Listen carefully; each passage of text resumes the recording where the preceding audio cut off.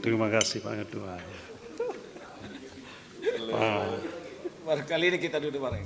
Bapak Ibu sekalian, anggota Komisi 3, Pak Kakor Lantas dan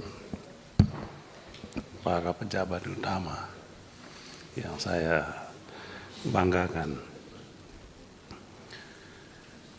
Saya menyampaikan terima kasih Pak Ketua telah dibuka RDP dengan Kakor Lantas ini. Saya masih ingat 10 tahun silam kurang lebih diskusi tentang urusan lantas ini apakah di bawah kepolisian atau tidak.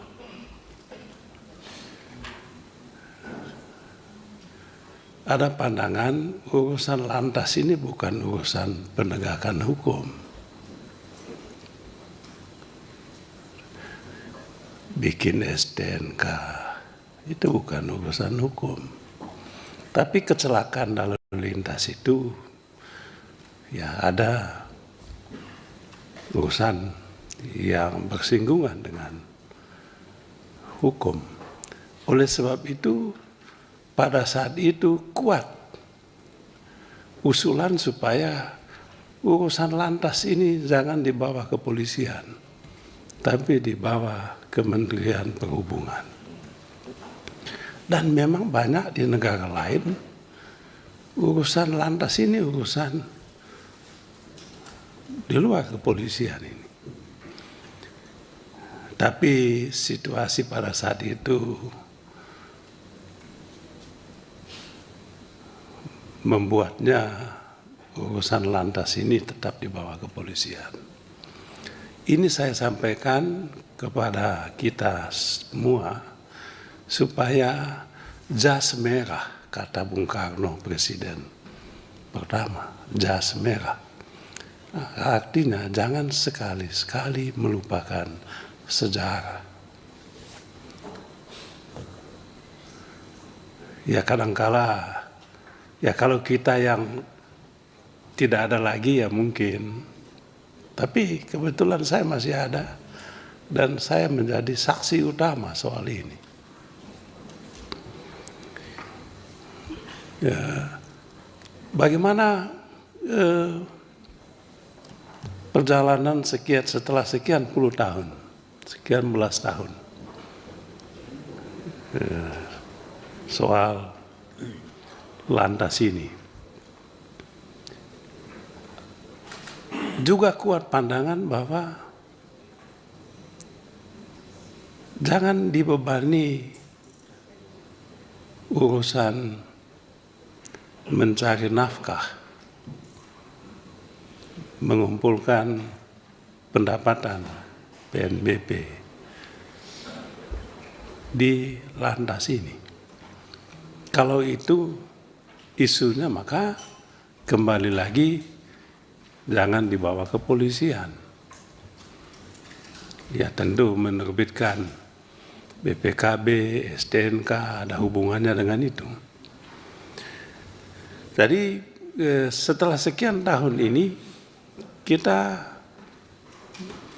tidak salah kalau dilakukan evaluasi dan melakukan perubahan. Kalau nanti undang-undang kepolisian jadi diajukan dan dibahas, saya rasa itu kesempatan kita untuk menegaskan di situ supaya urusan yang berkaitan dengan lantas ini dikeluarkan dari urusan kepolisian. Terlalu banyak urusan polisi, jangan dibebani dengan tugas-tugas semacam ini. Jadi tugas kepolisian itu sangat banyak. Tugas utama kepolisian adalah penegakan hukum, melindungi, menjaga ketertiban. Kalau nanti undang-undang itu dibuat, kami mengusulkan supaya urusan ini dikeluarkan dari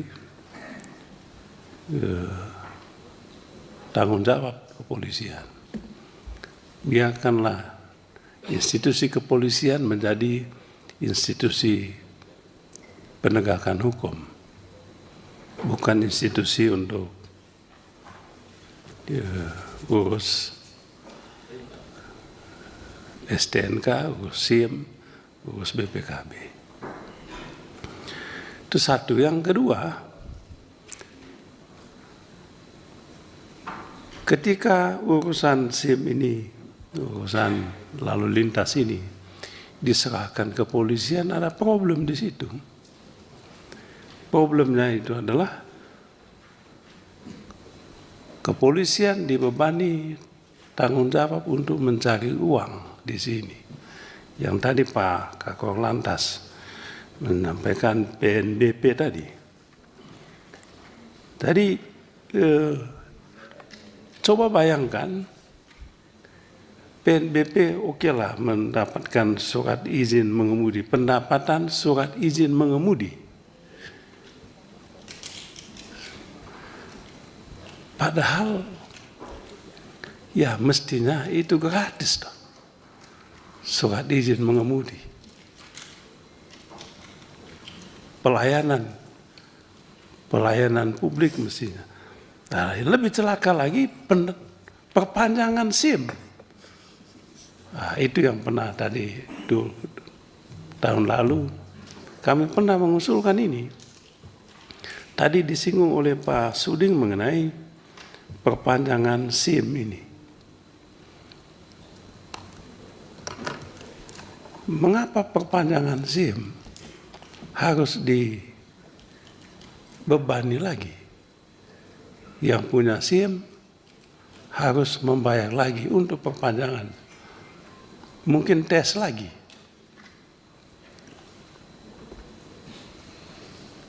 Nah, yang ada di lembaga lain juga ada, tenaga dokter, perawat juga memperpanjang surat izin ini. Tapi sekali aja, waktu kita bahas undang-undang kesehatan, kita minta sekali aja itu. Jangan setiap tahun diperpanjang. Kutip lagi. Nah, di situ diperpanjang tapi tidak bayar. Nah, di sini bayangkan target perpanjangan SIM saja itu bisa sampai 1 triliun. Dan SIM itu Pak Kakor Lantas itu orang-orang kecil. Orang-orang kecil. Di daerah saya di NTT, Provinsi Kepulauan, untuk memperpanjang SIM saja harus datang ke Kupang. Ada SIM tertentu yang di kabupaten. Di kabupaten pun susah. Tiba-tiba mesin rusak. SIM tidak bisa diperpanjang. Lalu mereka yang tidak bisa memperpanjang SIM akibat mesin rusak tetap membawa kendaraan kemudian ditangkap dengan alasan SIM sudah mati. Loh, ya mati SIM kan, Bapak tidak mati mesinnya. Masa rakyat harus dijadikan korban?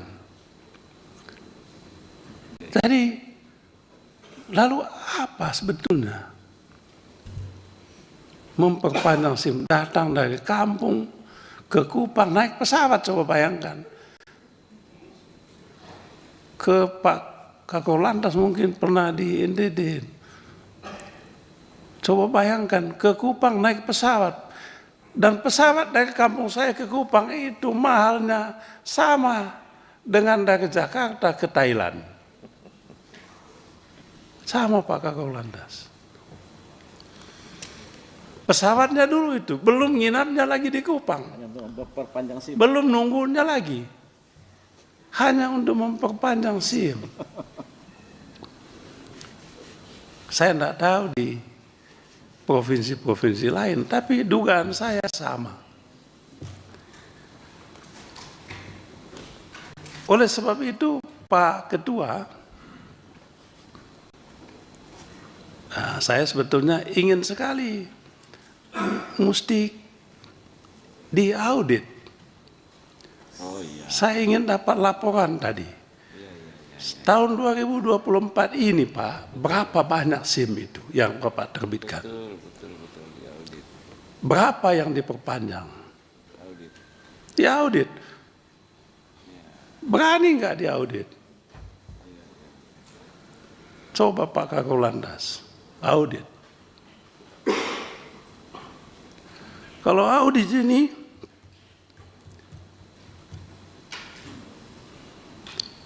belum lagi audit nanti perusahaan yang mencetak itu, mencetak SIM itu. Belum lagi urusan memperpanjang STNK. Kalau perpanjang STNK itu platnya wajib diganti lagi dan dibayar lagi Pak Kakor Lantas. Saya punya mobil di rumah, mobil lama. Saya belum pernah beli mobil baru.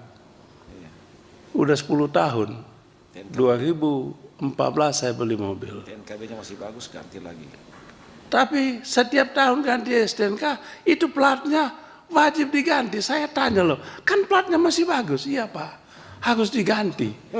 Dan kalau diganti, mesti dibayar lagi. Untung besar itu pengusaha yang bikin plat ini. Untung besar itu Pak. Ya dibagilah sama pemerintah. Lalu plat tadi jadi sampah di rumah. Mau dibuang kemana sampah ini? Jadi pengusaha yang menerbitkan ini, Panji. yang bikin, saya udah hitung itu Pak, coba bayangkan Pak Kakor Lantas, berapa STNK yang diperpanjang setiap tahun, berapa plat, kali bagi, berapa itu? Ya itu yang tadi Pak Habib saya bilang, jas merah. TNKB khusus lagi. Belum ada yang khusus-khusus lagi. Iya, TNKB khusus. Itu harganya. Jadi persoalan kita soal lantas ini, kalau mau lebih dalam sedikit, lebih terbuka, bukan soal ya ini sih bolehlah. Tapi soal kita adalah soal ini, tata kelola. Tata kelola. Ya, oleh sebab itu kami tetap punya pandangan bahwa soal SIM dan STNK ini perpanjangan itu soal fungsi pelayanan. Tidak perlu Pak. Perpanjang SIM itu oke lah perpanjang SIM, tapi pakai mesin aja perpanjang SIM. Kalau mau itu. Register aja. Tidak perlu dibayar. Tidak perlu lagi dibayar. SIM ini Pak orang-orang kecil. Orang-orang kecil. Nah oleh sebab itu Pak Ketua, saya mengusulkan supaya dimasukkan dalam kesimpulan rapat. Minta kepada Kapolri supaya Perpanjangan SIM STNK. Perpanjangan STNK, SIM, perpanjangan SIM, STNK, TNKB. apa lagi?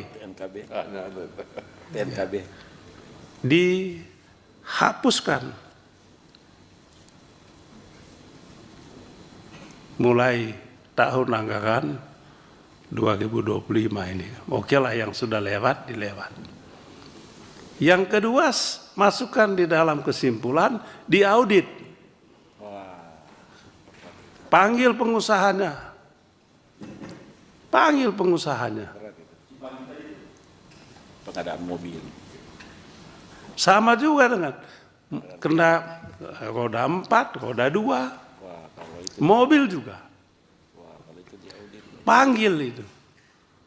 Betul nggak sekian jumlahnya? dengan speknya tidak. Nah ini kalau kita mau serius Pak Ketua,